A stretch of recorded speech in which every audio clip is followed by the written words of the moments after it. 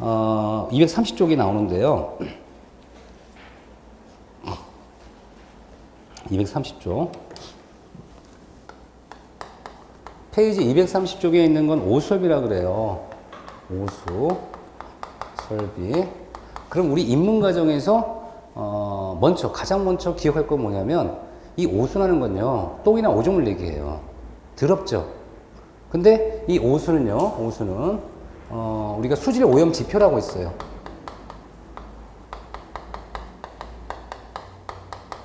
수질 오염 지표가 뭔지를 가장 많이 물어보는데 이게 바로 뭐냐? BOD예요. 뭐라고요? BOD. 생물화학적 산소 요구량.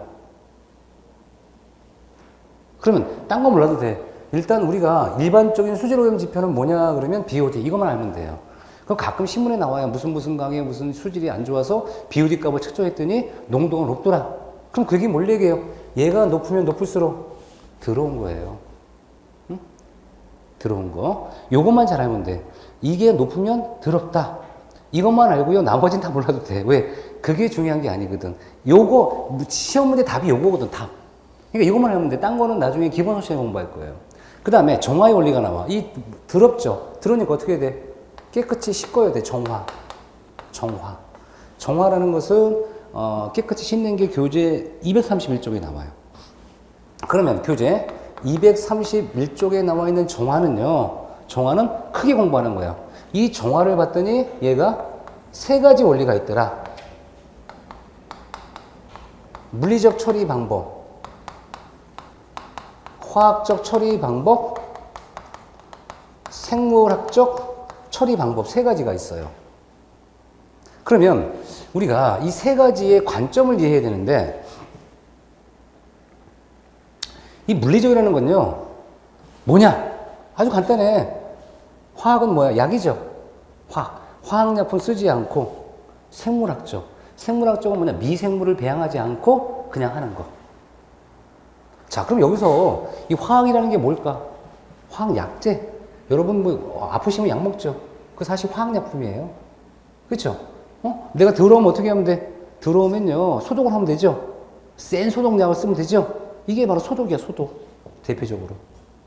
약을 이용하는 거예요. 그럼 생물학적인 건 뭐냐? 생물학적인 방법은 가장 오래전부터 했던 방법이에요. 그 생물학적 처리 방법을요, 오래전이라 하니까 여러분들이, 뭐 수십 년 됐냐? 아니에요. 아주 오래된 방법이에요. 로마 시대에도 생물학적 처리 방법을 썼습니다. 고대 로마에도, 몇천 년 전에도. 뭐냐면, 잘 생각해 볼까요? 이 도시라는 거 알죠? 도시. 옛날 고대 도시 몇백만이 살았대요. 생각해 보세요. 고대 도시에 공중 화장실이 많았을까? 많지 않았죠. 똥이나 오줌 아무 데나 싸면 어떻게 될까요? 토양이 오염되면 어떻게 돼요? 그 물을 마시면 오래 못 살아요. 그래서 로마 시대에는 정화조라는 걸 만들었대요. 이 정화조가 어떤 역할이냐 그랬더니 이 똥을 밀폐시키고 오랫동안 가둬놓으면 얘가 그 안에 미생물들이 번식을 해가지고 똥이 삭는다는 거예요. 여러분 옛날에 그 똥 가지고 이렇게 비료 같은 거 하고 그러지 않았어요, 옛날에? 그쵸. 퇴비 만들자고 그래요. 우리 여사님 그거 보셨죠? 그런 거 옛날에. 아마 여사님, 내가 봤을 때 어렸을 때 보면 막 농촌에서 막 똥 퍼가지고 배추밥 같은 데 했을 거예요. 그죠? 그걸 먹고 자란 거잖아, 우리들. 그죠? 예? 그게 뭐냐면 옛날에 고대 로마에서도요, 이게 자꾸만 토양이 오염되니까 이 오염됨을 막기 위해서 똥을 모아서 가다 놨다는 거예요. 가다 놓으면 거기서 뭐가 산다고요? 미생물들이 막 살아서 똥을 분해시켜요. 그게 바로 생물학적 처리 방법이에요. 미생물. 이해했죠? 이거 오래된 방법입니다, 사실은. 새 방법이 아니에요. 다만 이런 방법을 과학적으로 조금 더 연구를 해서 현대화시킨 것 뿐이에요. 그럼 일단 첫 번째, 물리적 처리 방법이 뭐냐? 물리적 처리 방법은 이렇게 여러 가지 방법이 있는데 물리적 처리 방법에 나오는 것 중에 하나가 이제 부상이라는 게 있어요. 부상. 응? 침전, 스크리닝, 여과가 있어요. 부상은 뭐냐면, 자, 우리가 물보다 가벼운 것들은 뜨겠죠. 뜨는 거 걷어내는 거예요. 여러분 보시면 물에 둥둥 떠다니는 거 있잖아요. 그럼 걷어내면 돼. 물보다 가벼운 거는. 침전은 뭘까요? 물보다 입자가 무거우면 가라앉아요. 그럼 내비두면 어떻게 돼요? 가라앉는 거 긁어서 내면 되는 거예요. 그 다음에 스크리닝은 뭐냐? 이게 전처리 과정인데 망을 두는 거야, 망. 이렇게. 망을 두면 어떻게 돼요? 망보다 큰 것들은 다 컬러낼 거 아니에요. 여러분들 보면 쌀 같은 거를 씻으실 때 쌀은 내비두고 물만 빠지게 하려니까 어떻게 망에다 이렇게 흔들죠. 그렇지 않나요? 그러면 이제 우리가 쌀은 그대로 있고 그 안에 있는 모래라든가 돌 조그만 것들 있죠. 그런 거 빠져나가잖아요. 그런 것처럼 이 망이라는 것은 요 망보다 큰 입자는 걸러낼 수 있도록 만들어주는 거예요. 왜? 너무나 큰 알갱이들이 이 하수관에 들어가면요. 얘들이 막혀요. 걸러내는 거예요. 응? 여과는 뭐냐? 매개예요, 매개 물질. 이 매개 물질이 뭐가 있을까요? 우리가 모래라든가 자갈 같은 거 있잖아요. 모래나 자갈을 통과하면 어떻게 돼요? 좀 일단 일정한 것들은 다 걸러내겠죠. 이게 물리적 처리 과정이에요. 화학 처리 과정은 약재 쓴다고 생각하면 약재. 그래서 우리가 응집이라든가, 이 응집이라는 화학적 이름이에요. 응집이라든가 또는 중화.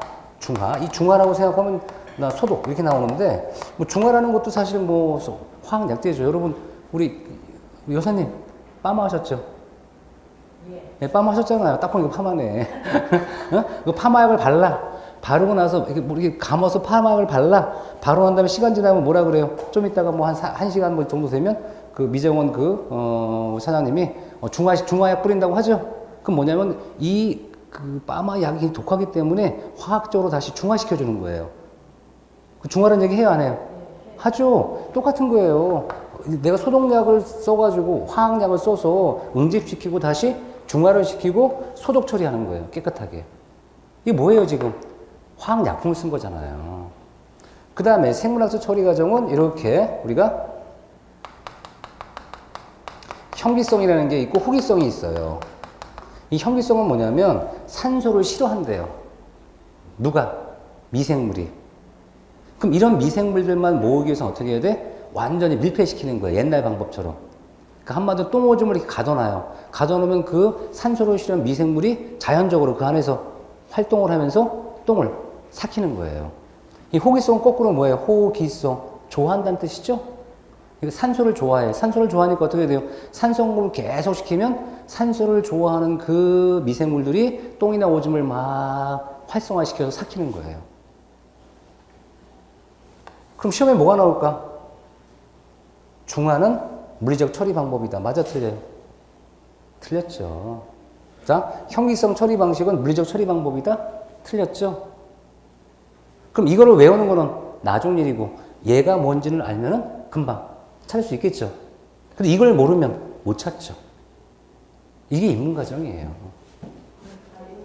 그렇죠. 근데 알고 나니까 무슨 생각해, 이제? 암기한다 생각하죠. 그게 공부예요. 왜? 모를 때는 뭔지도 모르잖아요. 지금 보니까 알고 있긴 하지만 요거를 확실히 하려면 조금 더 머리를 써야 되는 거죠. 다만 우리 입문 과정이니까 이게 뭔지는 알아라. 이 과정이고 기본서 시간은 조금 더 자세히 공부하는 거고. 자, 중요한 것만 얘기한 거예요. 중요한 것만. 자, 넘기세요, 교재. 넘기시고요. 우리가 233쪽 갑니다. 233쪽 가시면 여론공급 설비라고 나와요. 자, 이 여론공급 설비가 나오면 이제 여기가 정말 중요한 거예요. 여론공급 설비가 출제가 되게 많이 되는데 여기 잘 알아야 돼. 자, 주목하세요. 자, 우리 여기서 이제 퀴즈가 들어가요. 퀴즈. 응? 퀴즈. 여러분의 상식을 알아보는 거예요. 상식. 자, 눈이 이렇게 졸린 것 같아요. 오늘. 괜찮아요? 그렇군요. 자, 오늘 공부할 만한 것 같아요? 그렇군요. 우리 처음에 오신 분이니까 우리 박수 한번 크게 쳐서 열심히 하라고 박수 한번 쳐주세요. 네, 그래서 희석 이런 시간만 나오지 마시고요. 민법이랑 회계, 수업 아주 좋아요. 우리 교수님들 끝까지 한번 동참을 해보시고, 그 다음에 제가 우리 그 카운트에 확인했어요. 확인했는데 10월 2일 날은 노는 거 확실하고, 그 다음에 10월 9일은 10월 9일, 10월 9일 월요일 맞죠? 월요일 맞죠? 네. 누구 수업이에요? 접니다. 제 수업이 안 나오면 제가 또 어떻게 해야 돼요? 굉장히 속상해요. 또 개강날이에요, 개강.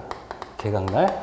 연휴 마지막 날이잖아요. 연휴 마지막 날, 그쵸? 예, 맛있는 거 많이 싸우셔요, 그냥. 싸워서 같이 나눠 먹기도 하고, 얼마나 좋아요, 그죠? 예, 점심 같이 드시는 거예요, 이렇게 같이. 예, 제 것 좀 싸우세요. 점심 같이 드시고, 기분 좋게, 그죠? 공부하시는 거예요. 그래서, 10월 9일 날 여러분들, 기문과정 끝나고, 기본소가 드디어 따끈따끈하게 나와요. 기본소 가지고 강의를 진행할 겁니다. 이건 퀴즈가 아니고, 퀴즈가 아니고, 그 다음에 제가 아까, 그 다음에 연휴 때 있잖아요. 아까 제가 알려드린 거 있죠? 예, 그거, 예. 그거 깔아가지고 OX 문제 한번 심심할 때마다 하면서 무슨 생각해요? 제 생각하시면 돼요. 제 생각. 그 다음에 정말 모른다. 그럼 저한테 나중에 월요일에 와서 물어보세요. 예. 자, 그 다음에 이제 퀴즈는 뭐냐? 여러분, 우리 아파트 사시잖아요. 아파트나 주택이 있는데, 아파트나 주택이 있어요. 그럼 아파트나 주택의 난방 방식을 물어봐요. 우리 시험에서. 응? 응? 자, 세 가지만 얘기해 볼게요. 응?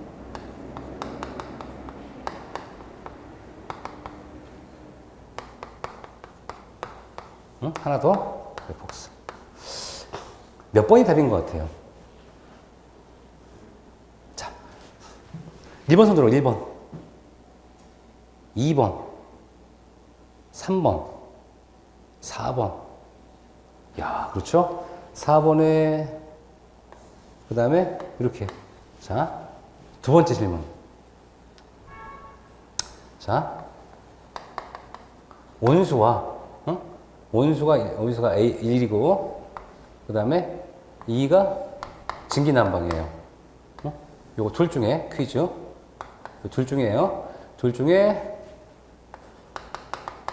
배관의 지름이 큰 방식은 원수난방과 증기난방 중에 1번도 1번 2번 2번? 없어요? 다 1번이에요? 자, 두 번째 설비 비용이 고가인 방식은 둘 중에 몇 번일까요? 1번 2번. 왜요? 설비비가 비용이 고가인 건.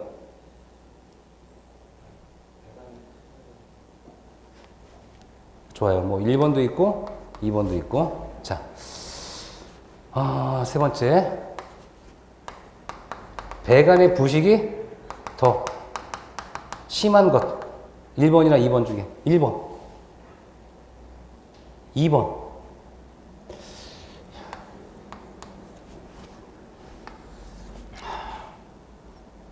이런 문제가 나올 때 여러분이 다 맞춰야 돼요. 자, 근데 보니까 공부를 좀 하신 분이 있네, 보니까. 왜냐면 세 문제를 맞췄으면 그래도 여러분이 기본이 됐다고 저는 생각을 해요. 기본. 자, 정답은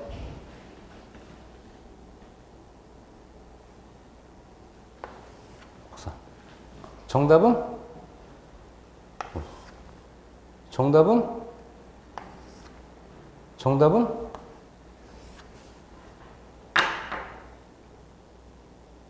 무슨 생각하세요? 몇 개 맞으셨어요?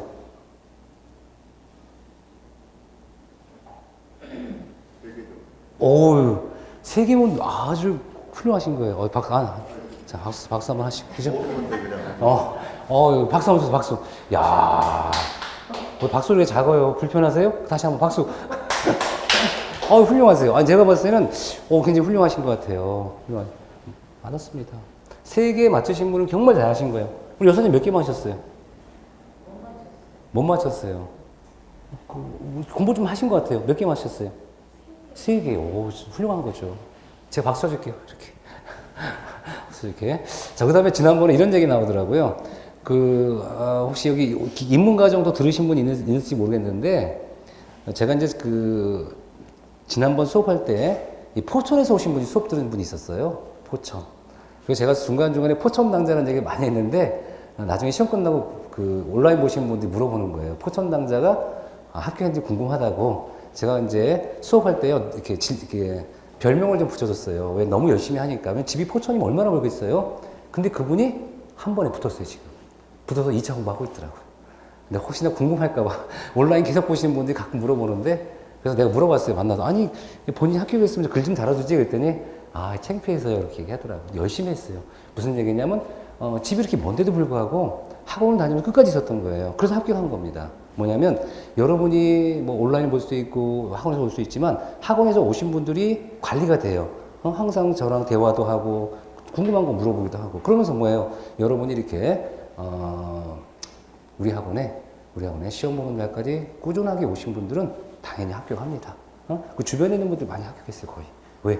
꾸준하게 다니니까. 꾸준하게 여기서 여러분이 깃발을 꽂는 거예요. 깃발을 꽂는 순간 뭐가 돼요? 합격할 수 있는 것에 반에 가까워진 겁니다. 그래서 여러분들은 일단 절반이 성공인데 나머지 절반의 성공은 여러분이 어떻게 하는 거에 따라 달라질 겁니다.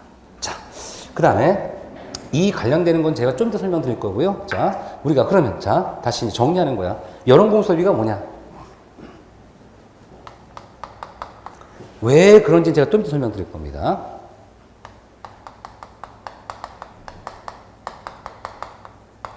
이 여론을 공급해서 받는 섭비는요, 기본적으로 급탕 섭비가 있어요. 급탕. 그 다음에 이 난방이라는 게 있고요. 그 다음에 냉방이라는 게 있어요. 냉방. 그 다음에 공존하는 게 있어요. 근데 요번에 공조시험은 안 나왔어요. 한 문제도 안 나왔어요. 그러면 우리가 요번엔 공조할 필요 없겠지, 일단은. 그럼 뭐 할까? 급탕과 냉방도 안 나왔어요. 급탕과 난방만 잘해도 돼, 일단은. 왜? 어쨌든 저는 공조 굉장히 열심히 가르쳐줘요. 왜? 공조가 재밌거든, 사실은. 여러분도 쉽게 공부해. 근데 시험 문제는 안 나왔어요. 안 나왔기 때문에 급탕과 난방에 대해서 설명드릴 거고. 급탕이 뭐예요? 여러분이 화장실 갔어. 뜨거운 물 딱 틀었더니 뜨거운 물이 잔잔잔 나오네. 무슨 소비 돼 있는 거예요, 지금? 급탕 소비 돼 있는 거예요. 자, 집에 들어갔어. 그랬더니 추우면 따끈따끈한 뭔가 이렇게 공급이 되고 뭐가 돼요? 난방 소비 돼 있는 거죠.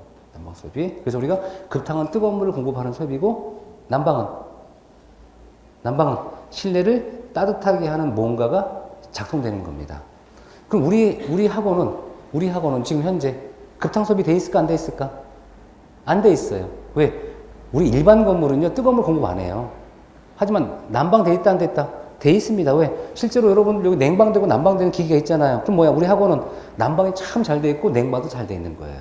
하지만 우리가 급탕 소비하는 건 누가 해주는 거예요? 건물주가 해주는 거기 때문에 보통 급탕 소비는 일반적으로 거의 해주지 않아. 하지만 아파트는 당연히 해주겠죠.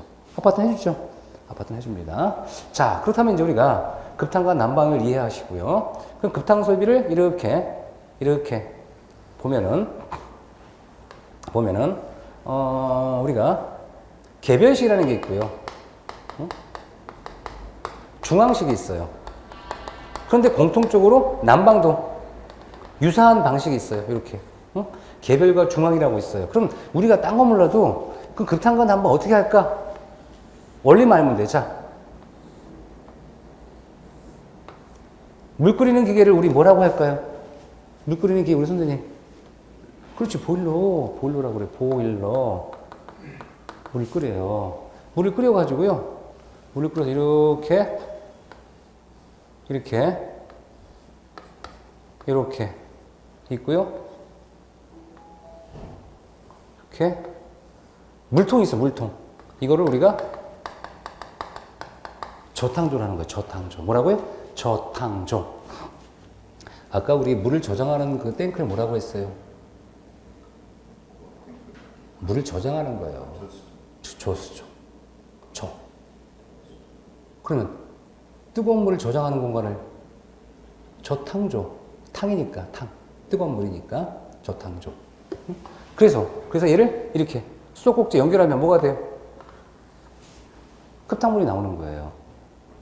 간단하죠? 보일러에 물을 끓여서 어디다가 저탕조에 담가놨다가 얘를 공급하는 거예요. 그런데 이 뜨거운 물을 다시 어떻게 뜨거운 물을 갔는데 얘를 어디 갖다 놔? 이렇게 뜨거운 물을요, 한쪽에 있다 치자. 뜨거운 물을 이렇게 한쪽에 이용해서 이렇게 여기다가 뭐를, 응? 분배기 있어, 분배기. 분배기를 이렇게 몇 개 놓고 여기다 이렇게 여기다가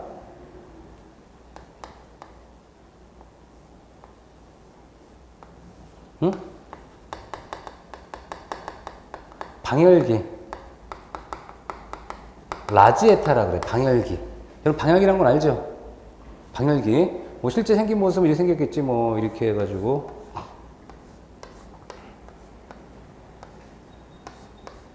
이렇게 보이는 거 있죠, 그죠? 이렇게 갖다 놨다. 이렇게 갖다 놓으면, 갖다 놓죠? 갖다 놨어요. 갖다 놓으면, 얘가 뭐가 되는 거야, 이때는? 생략하고. 얘는 난방이 되는 거예요, 난방. 그럼 현재 얘는 뭘 이용했어요? 온수를 이용했죠. 온수를 이용하면 우리 뭐라고 해야 되는 거야? 온수 난방 설비. 네? 난방 설비. 자, 그런데 얘를 이용해서 어떻게 했어요? 이렇게 방바닥에다가 코일 깔아서 방바닥에다 이렇게 방바닥에 코일을 깔아가지고 코일을 깔아서 방바닥 안에다 이렇게 놓고, 응? 방바닥 놓고 우리 난방을 해. 무슨 난방을 할까 얘는? 아까 공부했잖아요. 뭐라 그랬어요? 우리 아파트나 주택에서 쓰는 방법은 무슨 난방이라고요? 온수 난방이에요? 복사 난방이에요? 아까 복사 난방. 이런 방법을 우리 복사 난방이다. 복사 난방. 그러면 우리는 뭘 이해할 수 있냐면, 자, 물을 끓이는 기계는 동일해. 뭘 얘기하는? 열원이죠, 이게. 열원기기라 그래. 물을 끓이는 기계는 동일한데 이 물을 이용해서 뜨거운 물을 저탕조에 집어넣고 공급하면 급탕설비. 이 물을 어디다가 방열기 갖다 놓으면 뭐가 되는 거예요? 온수난방 설비. 온수난방. 이 뜨거운 물을 어디다가 바닥에 코일에 깔아서 흘려주면 뭐가 돼, 이때는 복사난방이 되는 거예요. 그럼 현재 보면 이 온수난방이라는 것은 뭘 이용하는 거냐면 이 온수를 어디 갖다 놓는 거예요? 방열기에다 갖다 놓을 때. 그럼 온수를 어디다가 바닥 코일에 갖다 놓으면 뭐라고 하는 거예요, 우리는? 이때는 복사난방이라고 그래요. 왜 이런 방법이 필요했을까? 학자들이 생각을 한 거예요. 무슨 생각을 했냐면, 이 방열기를 이용한다는 것은 이 방열기에 있는 열을 직접 이용하는 게 아니라 방열기 어디다 갖다 놔요? 어디? 창가에 집어넣어요? 아니면 저기 안쪽에 집어넣어요? 창가에 집어넣죠. 창가는 가장 추운 지역이죠. 가장 추운 공기니까 공기가 어떻게 돼, 지금? 찬 공기가 많겠죠. 그 찬 공기가 많으니까 찬 공기 어떻게 돼? 데워서 이렇게 공기를 데워서 우리 인간한테 따뜻하게 열을 주는 거예요. 그러면 내가 따뜻하려면, 내가 저기 문 앞에 있어요. 따뜻하려면 뭐가 필요해요? 여기 방열기 있습니다. 방열기 열이 오는 거예요? 아니면 공기가 오는 거예요? 공기가 오는 거잖아요. 자, 보세요. 여기 지금 이 창문 앞에 뭐가 있다는 거야? 방열기 하나 있어요. 여러분이 저기 문간에 앉아 있는 거야. 그러면 이 방열기 열이 직접 가는 게 아니라 뭘 통해서? 공기를 데워줘서 여러분한테 보내는 거예요. 그러면 열을 받을 때 직접 열을 받는 게 아니라 뭐가 필요하다는 거예요, 지금? 열을 전달해 줄 수 있는 매체가 있다는 거죠, 매체. 뭐라고요? 매체가 필요한 방식이기 때문에 이런 방식은 이 온수난방 같은 이런 방식은 매체를 필요로 하는 거니까 지난번에 공부했어요. 매체를 필요로 하는 방법이 우리 뭐라고 공부했었죠, 우리가? 아직 안 했나? 복사 대류 우리 공부 안 했어요, 지난번? 했잖아요, 그쵸? 전도, 대류, 복사 공부했죠? 그 전도, 대류, 복사에 공부했는데 이 중에 매체를 필요로 하는 게 뭐라고 그랬어요, 제가? 복사예요, 대류예요? 제가 했잖아요. 저 태양열 있죠? 저기 태양열이 지구에 도달하는 것은 뭐라고 그랬어요? 태양? 대류열, 복사열? 태양? 복사열. 여사님, 왜 이렇게 새침하세요, 이렇게? 기억이 안 나죠?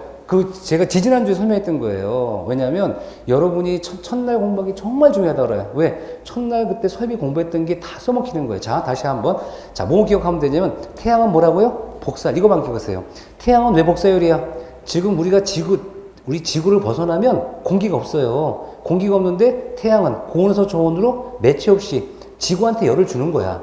그래서 태양 복사열. 뭐라고요? 태양 복사열. 복사열이라는 것은 매체가 있다 없다. 매체 없이도 열을 이동하는 거예요. 그러면 다시 말씀드려서 얘는 매체가 필요하죠. 매체가 필요하니까 무슨 뭐라고 해야 돼요? 그러면 대류식. 대류식. 그러면 다시 말해서 이 복사난방은 자 바닥에 깔았어. 지금 바닥에 다 깔았습니다. 바닥에 다 깔았는데 실제로 우리가 이 바닥의 온도가 높아야 낮아요? 난방에서 높지가 않죠. 아주 라디아트면 뜨겁지가 않잖아요. 그런데도 불구하고 이 바닥에 이 코일 위에 있는 그 콘크리트 같은 게 있어요. 이런 것들이 전자파 형태로 이렇게 벽이라든가 유리창이라든가 차가운 벽체라든가 이런 걸 계속 에너지를 줘요. 근데 이 에너지를 주는데 이 에너지는요, 우리가 그 매체를 이용한 거예요? 매체를 이용하지 않는 방식이에요.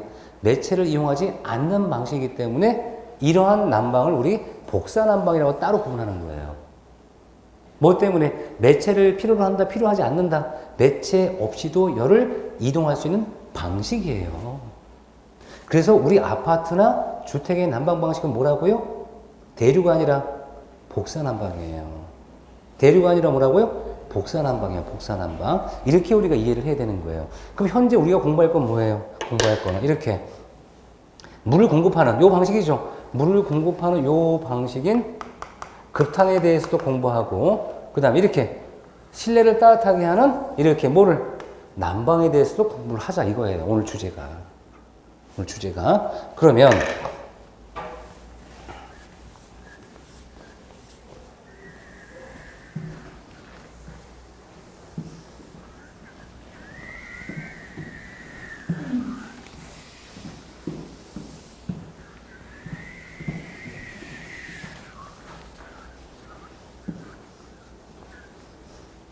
주제가 이겁니다. 자, 그럼 여기서 우리가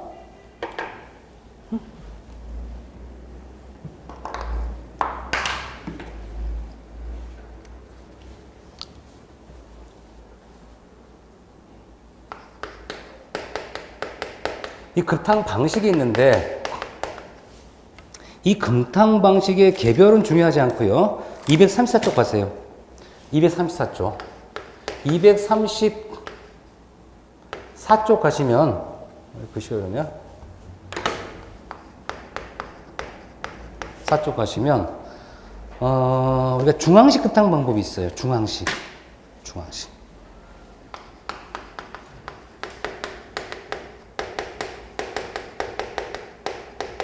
요거를 좀 공부할 거예요. 그럼 현재 개별식과 중앙식 아주 가볍게 볼게요. 응? 자, 생각해 볼게요. 여러분이 뜨거운 물이 나오는데, 뜨거운 물이 나올 때 그 한 건물이에요. 한 건물이 100개의 사업주가 있어요.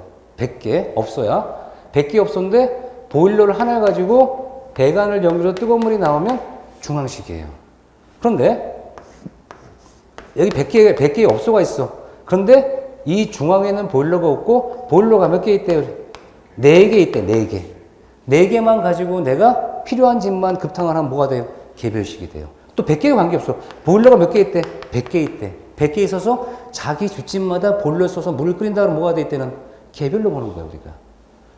예를 들어 우리가 미장원이 있습니다. 근데 미장원은 보통 뜨거운 물 나오죠. 이 건물이 안 나와. 근데 미장원에 나와. 그럼 우리 중앙이라고 봐야 돼요? 개별로 봐야 돼, 이때는? 개별로 보는 거예요. 그래서 개별식은 뭐냐면 내가 필요한 곳에 내가 뜨거운 가열기를 놓고 물을 끓이는 방식이고, 중앙이라는 것은 보일러를 가지고 배관을 연결하면 그 배관을 통해서 물을 공급받으면 중앙식이니까 우리 뭐가 중요해? 중앙식이 중요하니 중앙식만 공부해보자. 중앙식만 잘 공부하면 나머지 개별식은 쉬워요. 중앙식은 딱 봤더니 뭐가 있느냐? 이렇게.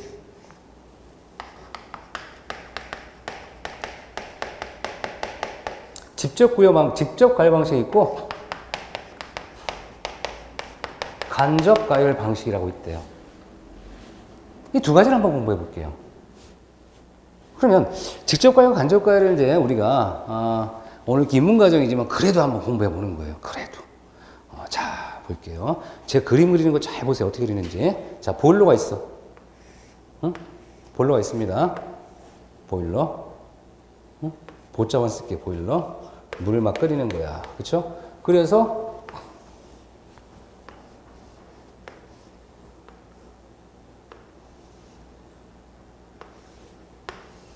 여기. 뭐라고 뜨거운 물을 담는 담는 통을 뭐라고 한다고 그랬어요, 우리가? 탕조. 그쵸?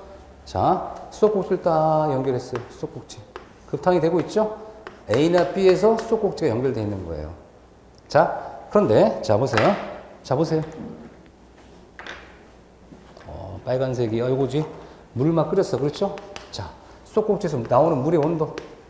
자, 우리 여사님이 이제 우리가 대표예요, 항상. 우리 여사님. 제가 이렇게 막 얘기하면 나중에 또 끝나면 뭘 물어볼까? 올해 몇 회지? 우리 21회인가? 내년도에 2018년도 시험이 딱 끝나면 많은 수강생분들이 물어볼 그 여사님 붙었냐고 물어볼 거야. 열심히 하셔야 돼요. 무슨 말인지 알겠죠? 열심히 하셔야 돼요. 근데 여기 우리 그 반장님 뽑았어요? 안 뽑았어요? 이 중에? 아직? 안 뽑았어요? 우리 선생님 반장님 하시면 안 되겠어요? 왜냐면 그 좀 책임감 있는 분이 하셔야 돼요. 기본 강의가 예? 기본 강의가 기본 강의가 그때 가서 한번 해.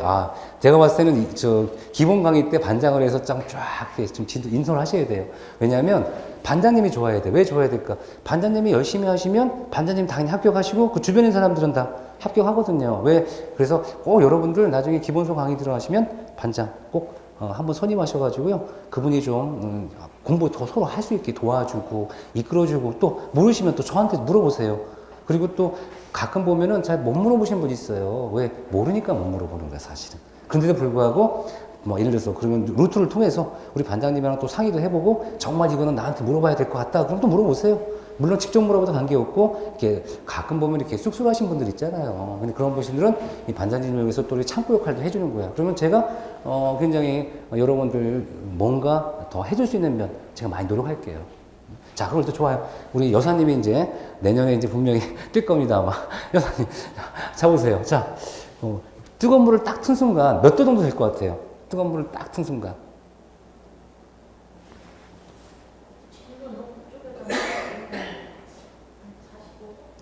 45도? 우리 여사님 그 피부 온도가 얼마 될 것 같아요? 예? 36.5도죠? 36.5도. 그러면 우리가 왜 물어봤냐면, 우리가 실제로 36.5도는 제가 이렇게 손을 잡거나 이렇게 어깨를 부딪히면 몇 도예요? 36.5도예요. 그쵸? 그렇잖아요. 근데 또 애정을 느낀다고 더 높아질 수 있겠지, 그치? 몸에서 막 심장이 보글보글 하면서. 근데 중요한 건 뭐냐면, 36.5도라는 얘기가 뭐냐면, 그 정도 온도라면 우리가 피부에 적당하다는 얘기잖아요. 근데 이거 온도보다 좀 높아져. 36, 37, 38, 39, 40. 그죠? 여러분 몸이 아플 때 막 37도까지 올라가고 막 그러죠. 그때 막 몸에서 후끈후끈 하죠. 그렇다고 죽진 않죠. 그런데 뜨거운 물이라는 게 한 40도쯤 되면 이제 샤워할 정도 온도가 돼요. 그 다음에 약간 따끈할 정도면 42도, 3도 이렇게 돼요. 근데 결과적으로 뭘 얘기하냐면 우리 여사님 말씀이 딱 맞아요. 45도 그 이상 높지도 않죠, 사실은. 요구할 필요가 없죠. 그럼 결과적으로 뭐냐면 우리가 원하는 온도 몇 도 정도? 한 기껏해야 한 50도 전후, 40에서 50도 전후면 충분해, 그렇죠? 충분해. 근데 얘가 100도로 올라갔대. 어떻게 될까요? 100도의 물이 여기서 여러분들 딱 어느 순간 100도의 물이 딱 들어오면 얼마야? 놀라겠죠. 엄마야 놀래, 그죠? 놀라면서 어떻게 돼? 화상을 입어요. 그럼 이렇게 100도까지 올라온 여러분 뭐라 그래? 너 오버한 거지? 과열이야, 과열. 또 뭐라 그래, 또 우리는? 부하가 너무 세다 과부하라 그래. 과열부하. 그럼 과열부하 물이 여기까지 가면 돼요, 안 돼요? 안 돼. 안 되니까 어디 가야 돼, 너는 쭉 올라가라. 그래서 찬물과 섞여야 돼요. 왜? 열받았으니까 좀 쉬어라. 이게 바로 뭐냐면 이 온수가 팽창하는 거, 온수가 팽창을 흡수해야 돼, 흡수. 온수야, 온수. 물의 흡수를 이 물이 너무 과열됐으니까 흡수해야 돼. 이걸 우리 뭐라고 하냐면 얘가 좁은 공간을 터서 탁 커졌어요. 다시 한번 좁은 광경을 쫙 올라가 탁 커졌어. 뭐 하는 거야 지금? 커진 거야, 작아진 거야? 커진 거죠. 커진 걸 한자로 뭐라 그래? 팽창. 그래서 얘를 뭐라고 한다? 팽창관. 팽창 탱크. 관이야지, 탱크. 그쵸? 팽창 탱크. 요 간이 팽창하기 위해서 올라갔죠? 이걸 뭐라 그래? 그렇죠. 팽창관이라고 하는 거예요. 요거 시험에 나왔던 거예요, 요번 시험에. 이 팽창 탱크가 왜 필요했어요? 온수가 팽창한 거 흡수하려고. 온수가 뜨거운 물이 너무 이렇게 와 과부하 생기니까 어떻게 돼? 얘를 좀 받아줘야 돼. 좁게 받아야 돼, 넓게 받아야 돼. 넓은 마음으로. 그렇잖아요. 누구 하나가 막 삐졌대, 그렇죠? 어떻게 해야 돼? 너그러우신 분이 받아주는 거야. 그래, 괜찮다. 화를 노염을 풀고 내가 좀 그렇죠? 냉정을 찾게 해줄게. 이게 바로 팽창, 팽창간이에요. 정상적인 물은 어디 들어갈까? 여기로 들어가요. 자, 그래서 이렇게 물이 공급되는데 문제는 뭐냐? 자 보세요. 여기 그래서 우리 몇 도 정도 이론적으로 몇 도? 이론상 우리가 물을 급탕하는 온도는 몇 도냐? 그러면 한 60도 정도라고 보는 거예요. 60도 정도. 60도 정도. 0도에서 몇 도까지? 0도의 물을 한 60도 정도까지 끓이는 걸로 가정을 해요. 보통 교과서적으로는. 됐죠? 100도까지 끓일 필요 있다 없다? 없어요. 100도까지 끓으면 그건 뭐예요? 오버한 거예요. 오버. 그렇죠? 오버. 자, 이렇게 끓였어요. 그랬어? 근데 여기서 이렇게 뜨거운 섰는데 여기 썸머스탯 온도 조절기 같은 게 있어요. 온도 조절기. 왜 그러냐면 이 물이 식으면 안 되겠죠. 그렇죠? 저탕조 물이 식으면 안 되니까 온도를 조절해 줄 수 있어야 돼. 근데 잘 보세요. 근데 자, 요 사이에 물을 쓰지 않았대. 자, 물을 쓰지 않았습니다. 물을 쓰지 않았다가 하루 만에 누가 뜨거운 물을 쓴 거야. 그럼 어떻게 될까요? 배관사의 물이 식어요, 안 식어요? 하루가 지났대요. 식겠죠. 식겠잖아요. 식어요. 여러분들 보면 보일러 아무리 가동해도요, 물을 딱 트는 순간 뜨거운 물이 바로 나오진 않아요, 보통. 그죠? 응? 물이 식은 거야. 그럼 이 식은 물을 어떻게 다 쓰고 뜨거운 물이 나오겠죠. 근데 사람도 뭐 생각해? 아, 우리 집 뜨거운 물 나오는데 탁 물 틀면 뜨거운 물 나오는 게 좋아요? 아니면 찬물 나오는 게 좋아요? 그렇죠. 어떻게 하면 될까? 얘를 돌려서 어떻게 해요? 보일러를 갖다 줘요. 순환을 해, 순환을 해줘, 순환을 해준다는 얘기가 뭐라고 하면 반탄간이라 그래요. 반탄간. 그게 뭐냐면 이 A나 B라는 사람이 뜨거운 물을 쓰든 안 쓰든 보일러는 계속 가동되는 거예요. 온도 조절하고. 계속 돌아가요. 계속. 돈이 많이 들어요? 작게 들어요? 많이 들겠죠. 그래서 보통 이 보일러의 온수를 트는 이런 방법에 일정 규모가 되면은 이렇게 얘를 급탄간이라 그래요. 급탄간과 반탄간이 동시에 필요합니다. 그럼 뭐랑 똑같냐면 여러분들 아까 자 보세요. 여기 이 복사난방 했죠? 이 복사난방 하면 이 물들이 다시 어디로 들어가? 보일러로 들어가거든요. 들어갑니다. 그럼 현재 보일러 틀어놓는 순간 온도 조절기 같은 거 이렇게 센서가 있어요. 보면 여러분들 아마 보일러를 설치해서 개별 보일러 쓰는 분들 있을 거예요. 그분들 보면 여러분들 온도 조절 해놓죠. 뭐 예를 들어서 20 몇 도 이렇게 조정해놔요. 조정해놓으면 온도가 떨어지면 다시 보일러가 윙 소리 나죠? 윙 하면서 다시 돌리죠. 그게 뭐냐면 내가 이 방을 쓰든 안 쓰든 여러분이 외출했어. 24도에 맞추고 났어. 근데 영하가 막 20도, 15도 돼. 그럼 여러분이 외출하는 순간 보일러가 꺼져요, 안 꺼져요? 안 꺼져요. 왜 안 꺼져요? 그 온도를 맞추기 위해서 계속 좀 물이 순환이 돼야지 식지 않는 거잖아요. 그렇죠? 그러면 그게 뭐냐? 물이 계속 순환하듯이 이 저탕조에 있는 물도 계속 순환한다는 얘기잖아요. 이렇게 해서 우리가 급탕을 하는데 이렇게 급탄간과 반탄간이 모두 있는 거를 우리가 복간식. 응? 그리고 아까처럼 여기 급탄간만 있는 걸 뭐라고 할까? 단관식. 이렇게 얘기를 해요. 그럼 여러분이 딱 생각하면 어디가 더 비용이 비싸? 복간식 비싸겠죠. 단관식 싸겠죠. 근데 복간식을 쓰는 이유가 뭐라고 그랬어요? 왜 쓴다? 그렇지. 바로 맞춘 거예요. 우리 여사님 한번 박수 한번 주세요. 와, 박수. 와, 훌륭합니다. 훌륭해. 아니에요. 맨날 물어봐도 대답 못해. 복간식 쓰는 이유가 뭐냐? 바로 즉시 뜨거운 물 나올 수 있도록 비용은 좀 비싸도 이게 포인트예요. 이게 시험 문제 나오는 거예요. 이게 단관식, 복간식. 응? 복간식. 자, 그래서 알았어. 그럼 대부분 뭘 할까? 복간식 하겠지. 그렇게 여기 잘 보시면 보일러 물을 가열해서 했죠. 이런 방식이야. 이런 방식. 자, 이 방식 말고 다른 방식 소개해 줄게요. 이 방식. 그럼 이런 방식이 있고요. 그 다른 방식은 뭐냐? 자, 하얀색으로 이제 보일러가 있어요. 물을 끓여요. 물 끓여. 여기 저탕조가 있어요. 응? 복잡하니까 지워버리고. 자, 뜨거운 것들이 이렇게 순환수가 있어요. 순환수.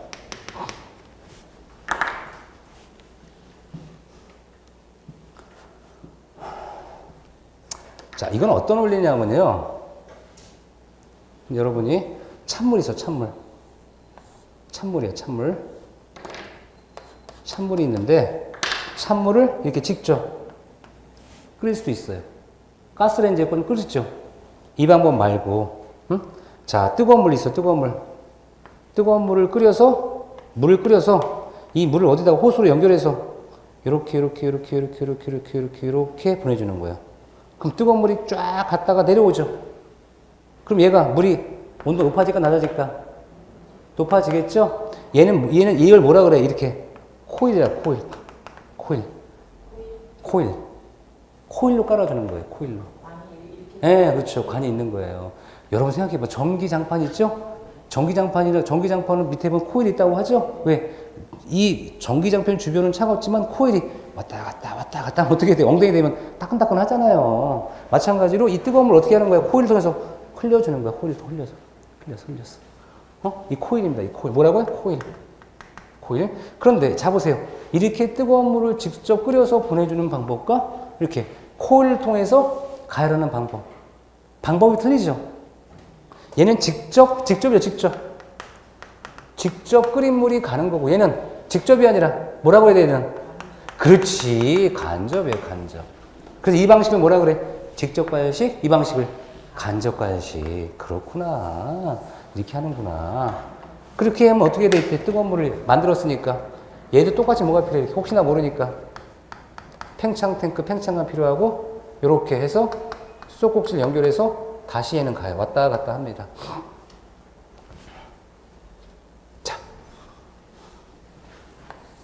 자, 이 두 방법 중에요. 물이 어디가 더 빨리 끓일까요? 똑같은 온도의 보일러라면. 그렇지. 당연하죠. 당근이죠. 뭐라 그래? 직접 가열식은 전열 효율이 우수하다. 뭐라고? 내가 열을 전달해주는 효율이 우수하다. 얘는 전열 효율이 나쁘다. 그러면 이 둘 중에 큰 건물은 뭐가 좋을까요? 큰 건물은. 우리 여사님 막 이제 계속 인터넷 나오게. 여사님 가장 질문이 많고요. 가장 모른다고 자꾸만 이렇게 표현을 하기 때문에 제가 물어보는 거예요. 우리 선생님 알면 많은 분이 알 수 있을 것 같아서. 자, 어디가 더 큰 건물에 적합할까요? 예.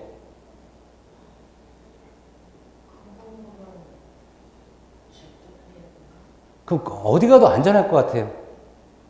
고민이 되죠? 안전한 건 간접 같아요? 오, 유추리가 좋아요. 왜? 그럼 안전할 것 같은데요. 왜? 오, 야, 이거 박수 안 칠 수가, 박수 안 쳤어, 박수. 야, 이건 진짜 진심으로 쳐줘야 돼. 그냥 치면 안 돼, 흉내에서. 진심으로. 내가 깜짝 놀랐어요. 아니, 지금까지 이렇게 그 공부를 좀 못 쫓아온 것 같아서 제가 계속 그렇게 물어봤는데 너무 잘하시는 분이에요. 내가 봐서 여사님의 그러한 이해력을 통해서 공부하면 정말 잘하실 것 같아요. 처음에 시작은 좀 어려웠는데 지금 보니까 그 정도를 여사님께서 생각할 수 있다는 것은 굉장히 합리적인 분이세요. 그래서 그 조금만 자기 개발을 해서 조금만 키워주시면 공부 정말 잘할 수 있습니다. 그래서 이 자세한 방법은 잠깐만 쉬었다 하겠습니다.